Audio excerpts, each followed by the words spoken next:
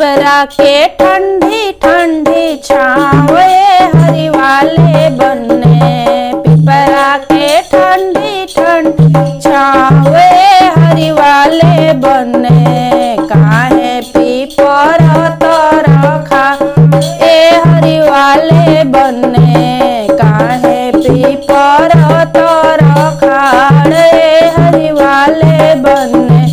पापा दुआरे दल साज सुए हरि वाले बने। पापा दुआरे दल साज सुए हरि बने। आमा के वड़िया धैले खाड़े हरि वाले बने। आमा के वड़िया धैले खाड़े हरि वाले बने। पिपरा के ठंडी ठंडी छावे हरि वाले बने। पिपरा के ठंडी ठंडी छावे हरि वाले बने। काहे पीपर तरखाड़े हरि वाले बने। काहे पीपर तरखा ए हरि वाले बने। चाचा दुआरे दल साज सुए हरि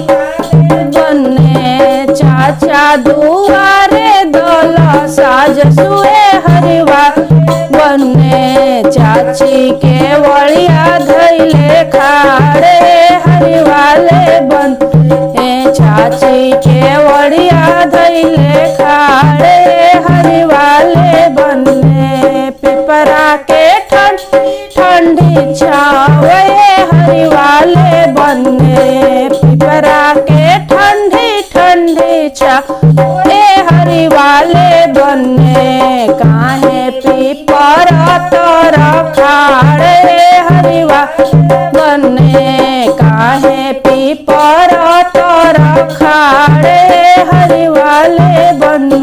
भैया दुआरे दल साज सुए हरि वाले बने। भैया दुआरे दल साज सुए हरि वाले बने। भाभी के वड़िया धैले खाड़े हरि वाले बने। भाभी के वड़िया धैले खाड़े हरि वाले बने। पिपरा के ठंडी ठंडी छावे हरि वाले बने। पिपरा के ठंडी ठंडी छावे हरि वाले बने। काहे पीपर तरखाड़े हरि वाले बने। काहे पीपर